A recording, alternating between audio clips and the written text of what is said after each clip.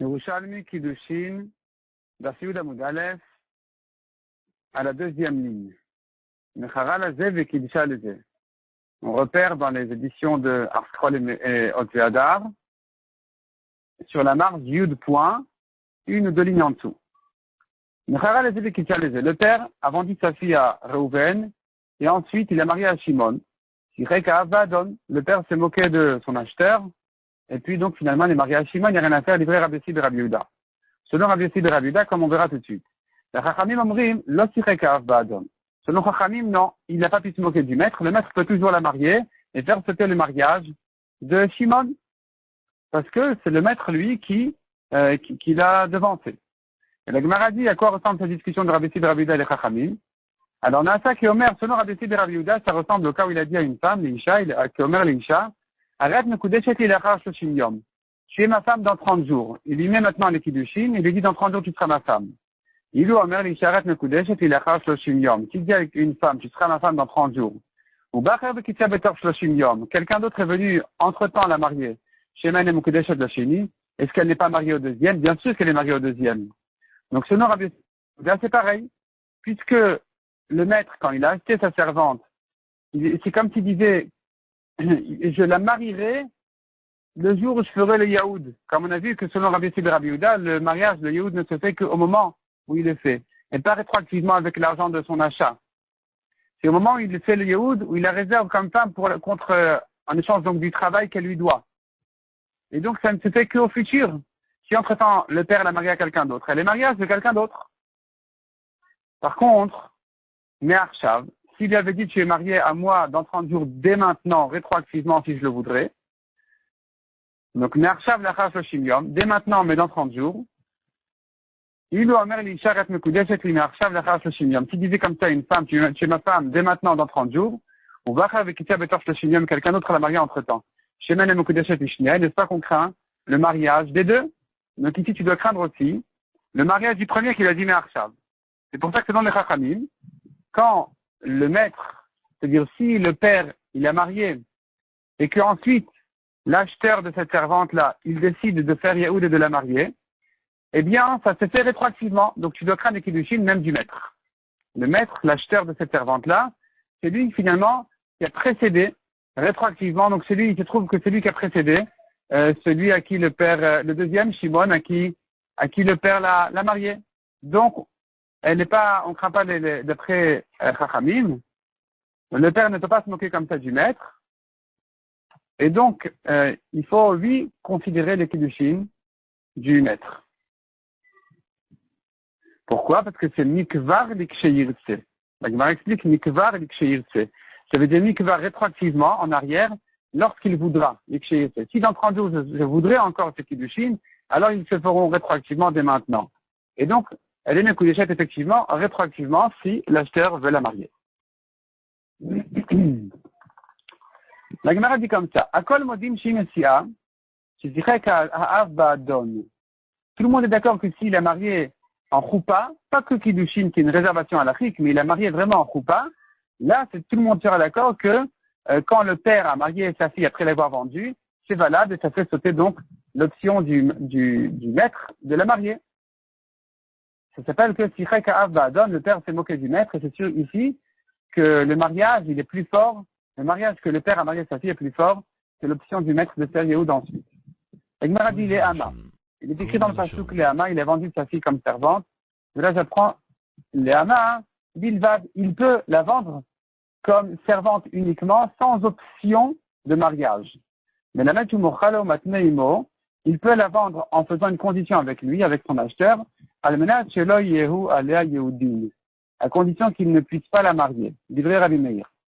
La Chachamim disent non, cette condition n'est pas valable. C'est une condition contre ce qui est écrit dans la Torah, puisque la Torah a permis à l'acheteur de cette servante-là marier, c'est-à-dire la Torah au contraire, elle a dit qu'il peut la marier même avec l'argent de son achat ou du travail. Et donc la Torah, elle désire ce mariage-là. Si maintenant le père il dit à condition que tu ne la maries pas, il est contre la Torah. Et celui qui fait une condition contre la Torah, sa condition s'annule. Ça, c'est ce que disent les Chachamim. Mais Rabbi Meir dit que la condition, elle est valable, et donc il peut interdire à son acheteur de la marier. Demande la Gemara. Velet le Rabbi Meir, quand la matinale, Maskatu Torah Tneo Batel. Rabbi Meir n'est pas d'accord avec ce principe-là, qu'une condition contre la Torah s'annule. Répond la Gemara. Hitle. Il est d'accord avec ça, Rabbi Meir. Naï, Yefchar. Dans une condition qu'il, Yefchar le Kaimo Besofo. Dans une condition qu'il ne peut pas faire ensuite. Zézé Efchar le Kaimo Besofo. Mais ici, c'est une condition qui n'est pas interdite. La Torah n'a pas interdit de ne pas marier la servante. La Torah désire qu'il la marie.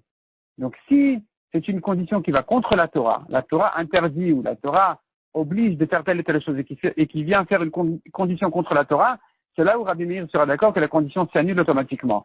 Mais dans notre cas, à nous, c'est une condition qui est possible. Il se peut qu'il s'achète une servante sans la marier. Dans ce cas-là, c'est valable. Et moi, est-ce que les Chachamim ne sont pas d'accord avec cette réponse de Rabbi Meir? Une condition que tu peux réaliser, c'est pas vraiment contre la Torah. Il a qu'à ne pas la marier. Qu'est-ce qui s'est passé déjà? Il n'y a aucun problème. Répond la Gemara, Itlon, Naïmamon. Ils sont d'accord avec ça quand c'est une condition d'argent, ou là, c'est une question d'accord. Deux personnes se mettent d'accord de donner, de payer, de ne pas payer, de donner, de ne pas donner. Mais, Zezet, Naïgoufou, ici c'est une condition physique. Ne la marie pas.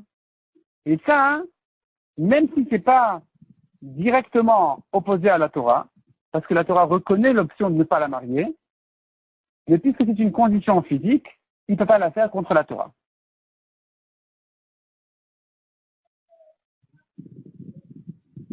Demande à Gemara, Ve'atani, pourtant on a appris, Noteou Adam Isha, un homme marie une femme, ou Matneima, et il lui fait une condition, Almenat Shelo Yela Alav, à condition qu'il ni she'er, la nourriture, ni de la nourrir, ni de l'habiller, ni les rapports, ni chacher ou ksut. Ça va, je comprends, il peut faire une condition contre son engagement de la Torah, de la nourrir et de l'habiller, parce que c'est une condition d'argent. Elle est d'accord, ça la regarde. Véona, en ce qui concerne les rapports, l'otnaï goufou, est-ce que c'est pas une condition physique? Et donc, si un mari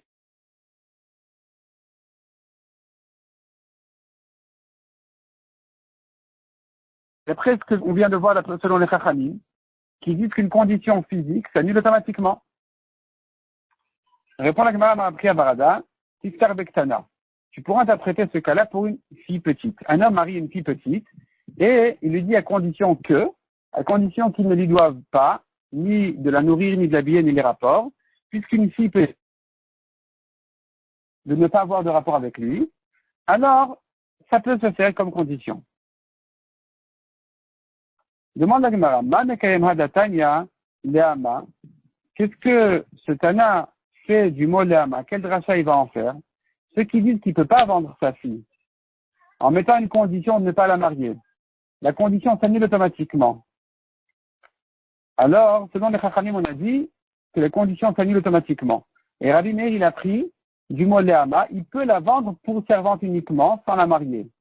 Donc, selon les Chachamim, quel dracha ils vont faire de ce mot Leama pour servante? On répond à la Gemara qu'il peut la vendre à quelqu'un qui n'a pas le droit de se marier avec elle, donc il ne l'a vendue que comme servante. Mochal Manal Kohen Gadol, il peut la vendre comme veuve à un Kohen Gadol qui n'a pas le droit de se marier avec elle, ou bien Grusha Vachaduta le Kohen Idiot.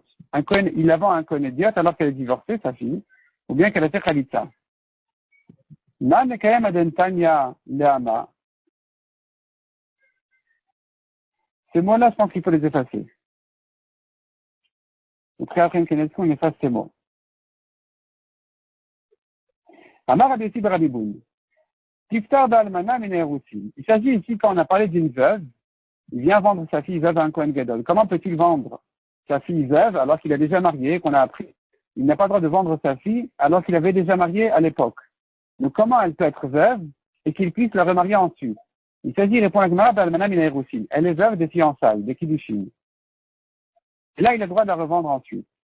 Ve'atani mocher hu adam et bito. On a pris dans une braïta, un homme vend sa fille. les shoots véchonné. Il la marie une première fois et une deuxième fois. S'il y a eu que des kiddushin, il peut la remarier. Quand elle est petite, bien sûr. Mais shifrout véchonné, comme servante une première fois et une deuxième fois. Les shoots achar shifrout. Il peut aussi la marier alors qu'il avait déjà vendu auparavant. Ah, voilà le shifrout achar shifrout. Mais pas la vente comme servante alors qu'il avait déjà marié.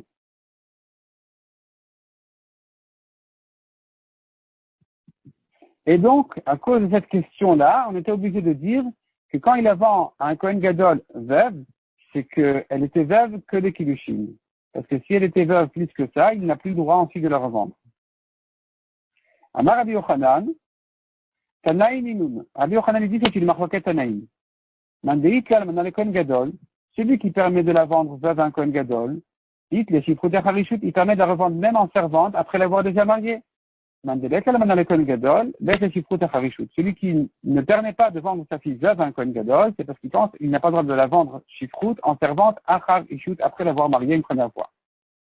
C'est ce qui fait donc ce Tana-là du mot Léama qui nous a appris qu'il peut la vendre comme servante uniquement, alors que lui il interdit de la vendre à quelqu'un pour qui elle est interdite, puisqu'il n'y a pas l'option de la vendre veuve à un Kohen Gadol. Il a déjà vendu une première fois et d'après ce Tana, il avait déjà marié une première fois. Une fois qu'il a marié une première fois, il n'a plus le droit de la revendre. Alors que tu fais du mot Léama, il ne la vend que comme servante. Je réponds à la Gemara Mardi Metania, Tipater, Shayam Asulachota. Il a vendu à quelqu'un qui était marié avec la sœur de cette fille-là. Il a vendu à son gendre. Un homme vend sa fille à son gendre. Et là, elle ne l'est vendue que comme servante parce qu'il ne peut pas la marier. Elle est déjà sa belle-sœur. Elle est la sœur de sa femme. Donc ça sera un cas où il peut la vendre alors qu'elle n'est vendue que comme servante. De même qu'il n'a pas le droit de la vendre comme servante après l'avoir déjà mariée, il ne peut pas non plus la vendre comme servante une deuxième fois quand il a déjà vendu une première fois. Quelle est sa raison? Il explique le passage qui est interdit et qui dit le vigdoba. Qu'est-ce que veut dire le vigdoba? Il ne pourra pas la vendre le vigdoba. Il ne peut trahir sa fille qu'une seule fois en la vendant comme servante. Mais pas une deuxième fois de la revendre encore une fois. Donc la Torah elle lui a interdit une fois qu'il a trahi une première fois, il a trahi la confiance de sa fille, il l'a vendue comme servante, il ne pourra pas la revendre une deuxième fois d'après Rabbi Shimon. Qu'est-ce que Chachamim vont faire de ce pasuk, de cette dracha de Rabbi Shimon? Eux qui permettent de vendre une deuxième fois, ils expliquent que Vigdoba, c'est pas ça ce que veut dire le mot Vigdoba. Ça vient pas du mot Bgida qui veut dire trahir, ça vient du mot Beged qui veut dire un habit. Et là on apprend, une fois qu'il a marié une première fois et que donc il a étendu son talit sur elle, il ne peut pas une deuxième fois la revendre. Une fois qu'il a marié, il ne peut pas la revendre. Rabbi Shimon ben Lakish ba comme Rabbi Yochanan. Lakish a posé une question à Rabbi Yochanan. Ama Izriya, une servante juive, Yotza Benitsuim, est-ce qu'elle devrait donc sortir quand elle s'est mariée? Elle devrait se libérer automatiquement de son maître. On devrait la prendre par un kalvachomer. Ma ima simanin, si déjà quand elle amène des simanin et qu'elle devient adulte, elle a 12 ans. Chez Enan Motzi Notamer Shuta'av. Elle n'est pas encore sortie du domaine de son père. Son père a encore l'autorité sur elle. Ariel Motzi Notamer Shuta'adon. Et quand même, elle se libère de son maître. Alors, Nisuin Shen Motzi Notamer Shuta'av, le mariage en choupa, le vrai mariage, qui la sort complètement des droits de son père, Kalvachomer, que ça doit la faire sortir de son maître. Et Nodin Sheotio Tamer Shuta'adon, Kalvachomer, qu'elle devrait sortir de son maître. Amar le Rabbi Yochanan lui a répondu à Resh Lakish, Ani en yela shel Mishnah yetera. En yela shel Mishnah. Moi, je ne connais que notre Mishnah, dit Rabbi Yochanan. Notre Mishnah qui dit, Yetera alav ama ivriya, la servante, elle sort de plus que le serviteur, chez I connaît maintenant de simanim, qu'elle peut se libérer par les simanim. La Mishnah n'a pas cité ce cas aussi de mariage qu'il y a pour la fille de plus que chez l'homme. Donc apparemment, elle ne se libère pas quand elle se marie. Bar Pdaya Amar, Bar Padaïdi, Ama Ivrea Yotavanita Traba. Une servante juive, elle sort quand son maître il est mort. Matama, d'où on apprend ça? Parce que la Torah, elle a comparé la servante juive au Nirtsa, au serviteur juif qui est resté plus que 6 ans et qui travaille jusqu'au Yovel. Et la Torah les a comparés en disant, Ve'af la matrata aseken, tu feras de la même manière pour ta servante, ou qu'il est écrit là-bas, Vaya lecha eved olam. Il sera pour toi ton serviteur jusqu'au Yovel. Donc on parle ici, on a comparé la servante au Nirtsa, au serviteur qui continue jusqu'au Yovel. Et Kishama Ivria, le Nirtsa, la Torah les a comparés. Ma Nirtsa yotem mitat rabo, de même que le Nirtsa, il se libère quand son maître il meurt. Af ama Ivria yotza bemitat rabba. La servante aussi, elle se libère quand son maître est mort. Parce que Barpada a dit, ça va comme ce Tana qui a dit, des Tana qui a enseigné, Eved Ivri, Oved et Taben, Veno Oved et Tabat. Un serviteur, il travaille, le fils n'est pas la fille. Amaha Ivriya, Ovedet et Tabat, Vena Ovedet et Taben. Il faut corriger, Amaha Ivriya, la servante juive, et non Ovedet et Tabat, Vena Ovedet et Taben. Elle ne travaille ni la fille de son maître quand il meurt, ni le fils de son maître quand il meurt. Et donc, Bapada qui a dit que la servante, elle se libère, il pense seulement, comme cette braïta qui dit, la servante, elle se libère. Dès que son maître, il est mort, elle se libère, elle ne va pas continuer à travailler ni chez son fils, ni chez sa fille. Il y a des Tanaïm qui enseignent, Ben Ivri, aussi bien la servante que le serviteur, et Nanovdim et Taben veulent être abattre. Ne travaille ni le fils, ni la fille. Ma, Mekayem Adem Tanya. Et que fait ce Tana du Pasuk, Ve'af la matrata sekel? Pareil, tu feras pour ta servante. Si ça ne vient pas la comparer au Nirtsa, qui, lui, exceptionnellement, se libère à la mort de son maître, alors qu'un serviteur ne se libère pas, lui, le Nirtsa, il se libère lui, et à lui, la Torah a comparé la servante. Si tu me dis non, même le serviteur, il se libère quand son maître, il est mort. Alors, j'ai plus besoin de la comparaison exceptionnelle de servante à Nirtsa. C'est une halakha classique qu'un serviteur se libère d'après lui, quand son maître, il est mort. Répond la Gemara, Patar la Be'anek. Lui, il explique que ce que là ne vient que dire qu'il faut comparer la servante au serviteur, au Nirtsa, que quand elle s'en va, il faut lui offrir des cadeaux. Des Tane, comme on a pris dans une braïta, et le chemin voici ceux à qui il faut offrir des cadeaux, les serviteurs, les servantes quand ils s'en vont. Ayote Beshanim ou Beyovel, celui qui sort au bout de 6 ans ou au Yovel. La Maïvria, s'il connaît Tatma Besimanim, ou bien une servante qui s'acquiert à elle-même quand elle a le Simanim. Ayote Begiron Kesef, mais celui qui quitte en se rachetant au Vmitata Adon, ou quand son maître il est mort, En Manikinden, on ne leur donne pas les cadeaux. Et donc, pour cette comparaison de servante à serviteur, au Nirtsa, que les deux méritent les cadeaux quand ils s'en vont, c'est pour ça que la Torah, justement, c'est-à-dire, pour cette halakha, la Torah a comparé la servante au Nirtsa. Mais pas pour dire qu'elle quitte quand son maître il est mort. C'est une halakha qui est évidente, de toute façon, pour n'importe quel serviteur. Ksiv, le pasuk dit, le maître, il doit amener son serviteur au Bedin quand il veut rester plus que 6 ans et le présenter au Bedin et le mettre à la porte pour lui percer l'oreille. Haketsad. En fait, la Gemara, elle pose la question, pourquoi s'écrit Vegisho 2 fois? Il le présente au Bedin, il le présente à la porte. Donc, est-ce qu'il doit l'amener au Bedin ou pas? Répond la Gemara, Haketsad, comment tu résous ce problème? Celui qui a été vendu, on sait bien, le serviteur juif peut être vendu soit par le Bedin, soit de lui-même. S'il a été vendu par le Bedin, le maître doit le présenter au Bedin pour s'occuper de lui quand il veut rester plus que 6 ans. Mais si c'est vendu à lui-même, alors ici, il ne l'amène pas forcément au Bedin. Le maître peut l'amener à la porte pour lui percer l'oreille et il va rester à travailler jusqu'au Yovel. Peut-être que c'est encore une raison pourquoi on l'amène justement à la porte et pas ailleurs, parce qu'il aurait dû prendre la porte, il aurait dû sortir en fait. Il aurait dû sortir par la porte, il a voulu rester, donc on l'amène jusqu'à la porte pour lui percer l'oreille, comme dit la Gemara dans le Bavi, je pense ici aussi la Gemara va le dire par la suite. C'est son oreille qui a entendu à Sinaï, les Bnei Israël sont mes serviteurs et pas les serviteurs de mes serviteurs, et lui il est allé s'acheter un patron, il est allé en fait se vendre, alors il faut lui percer cette oreille-là, qui n'a pas obéi cette mitzvah de la Torah. Rabbi Ami demande, Pshita Veshulim Kare Bedin, il est évident il est bien clair que quelqu'un qui était vendu par le Bedin Kotvin Shtaro, le Bedin écrive le shtar comme un vendeur qui vend un objet. Veshu Mocharet Kotavet Shtaro, celui qui se vend lui-même, qui c'est qui va écrire son shtar? Est-ce qu'il va écrire sur lui-même son propre shtar? Je me vends comme. Il est vendu, en général, c'est un vendeur qui vend un objet ou une affaire ou un terrain qui écrit le shtar. Ici, qui c'est qui se tient du côté du serviteur pour écrire ce shtar? Pas de réponse. Steve. La Gemara nous ramène maintenant un nouveau passage, nouveau sujet. Que ça ne soit pas difficile à tes yeux quand tu le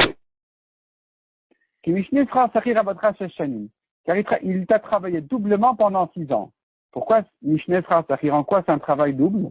Parce que Sachir Oved Bayom, un employé travaille le jour, mais non Oved pas la nuit. Alors que Oved Ivri Oved Ben Bayom Oved Balayla. Le serviteur juif travaille jour et nuit.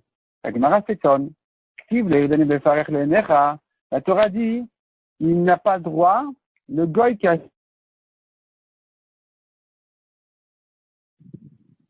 Donc tu vois qu'il faut respecter son serviteur juif. Même quand il est vendu à un goy, il faut faire attention.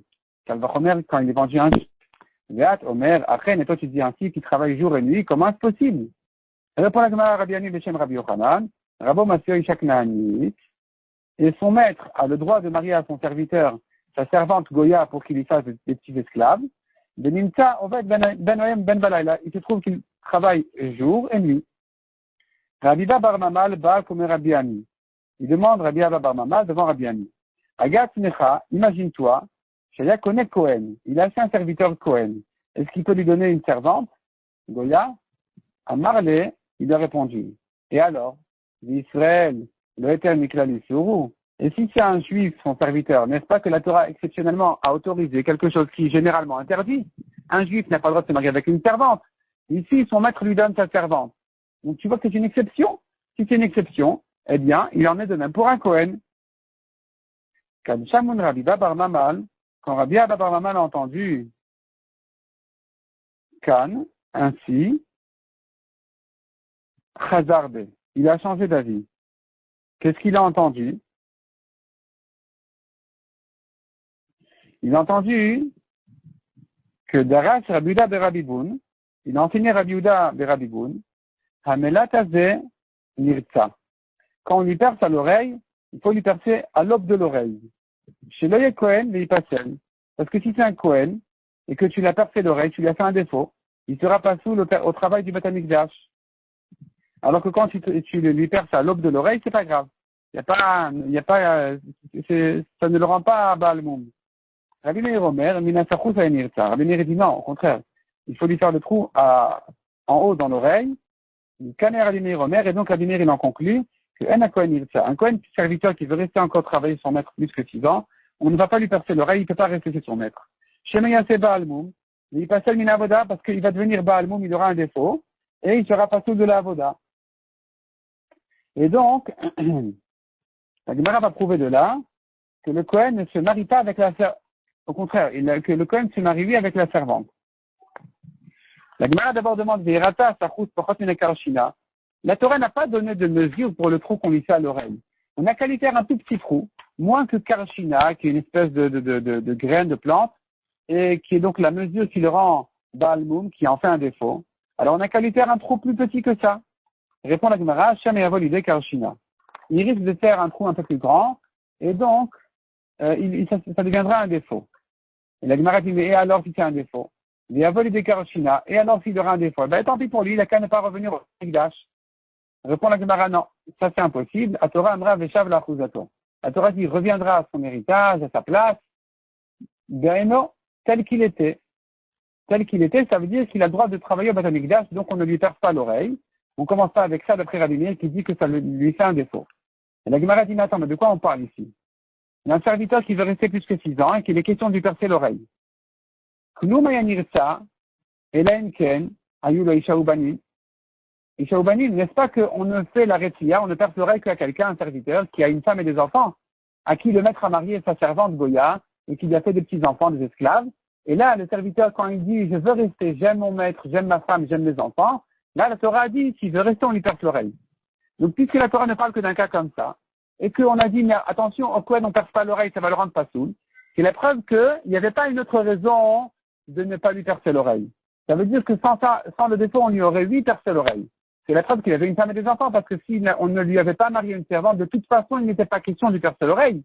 il n'était pas question de toute façon qu'il reste plus que 6 ans. Donc si ici on est en train de parler de lui percer non percé au Cohen, lui percer à la hauteur ça fait un défaut ou lui percer au lobe ça fait pas de défaut, ce sujet-là nous prouve que jusque-là il était marié avec une servante Goya et qu'il veut rester et qu'il est question donc de lui percer à l'oreille. Donc c'est une preuve qu'on lui marie une servante, une chifra knaanite. Et donc Rabbi Abba bar Mama qui s'était étonné, qui a demandé est-ce qu'on va la marier à un Cohen aussi, et finalement il a changé d'avis, il reconnaît qu'effectivement on a de là une preuve que même un Cohen, son maître, peut le marier avec une chifra knaanite.